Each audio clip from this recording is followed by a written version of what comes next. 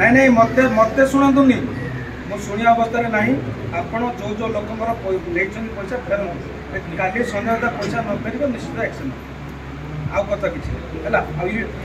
दुर्नीति को नहीं एक्शन मोड्रे कवि सूर्यनगर विधायक सीधा सीधा फोन करी सरकारी कर्मचारी को देले चेतावनी। समवाय समिति रे सार सरकारी दाम ठारू अधिक दर में बिक्री होउथिबा खबर पाई सीधा सीधा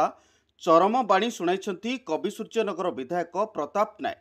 समवाय संपादकों को फोन करी चेतावनी दैछंती। सूचना अनुसार बेगुनियापड़ा ब्लॉक सांकुड़ा ठारे कवि सूर्यनगर विधायक प्रताप चंद्र नायक लोकों अभियोग शुणवाक जाइथिबा बेले अंचल में सार चढ़ा दर में बिक्री होउथिबा नै अभियोग करथिले चाषी।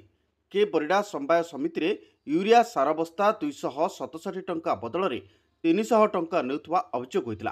तेबे संगे संगे विधायक संपादकों को फोन करी कैफत मागिथिले नेथिबा अधिक टंका तुरंत चाषी को फेराइबाकू तागिद करछंती विधायक और जदि न फेरंती सीधा कार्यानुष्ठान नियाजिबो बोली चेतावनी दैछंती। विभिन्न समवाय समिति रे सार बस्ता 267 बदल में 300 निया जाउथबा अभियोग होइछि और जहाको नहीं विधायक एवं एक्शन मोड को आसुवा बेले विभिन्न समस्या को शुणी तुरंत समाधान पाई पदक्षेप नेबे बोली कहिसंती विधायक श्री नायक। देखंतु जो पूर्व सरकार आदत थिला ताको पुनरावृत्ति करिया पई किछि सोसाइटी चाहउचंती मो समस्त को निर्देश देछि सरकार जो व्यवस्था करचंती पीडीआर जो रेट धार्य करचंती सेही रेट 267 टका यूरिया बिकिबे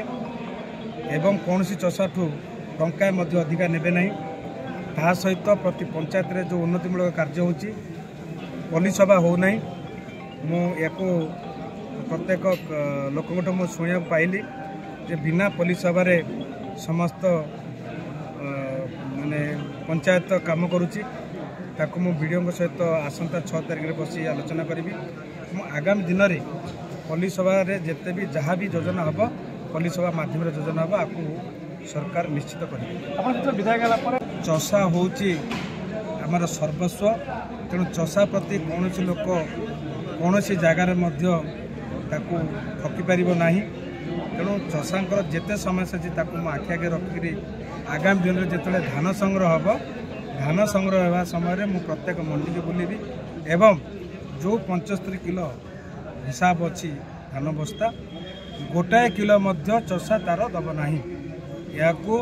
उड़ीसा सरकार सुनिश्चित करछंती देखा दायित्व होची आम मानकर।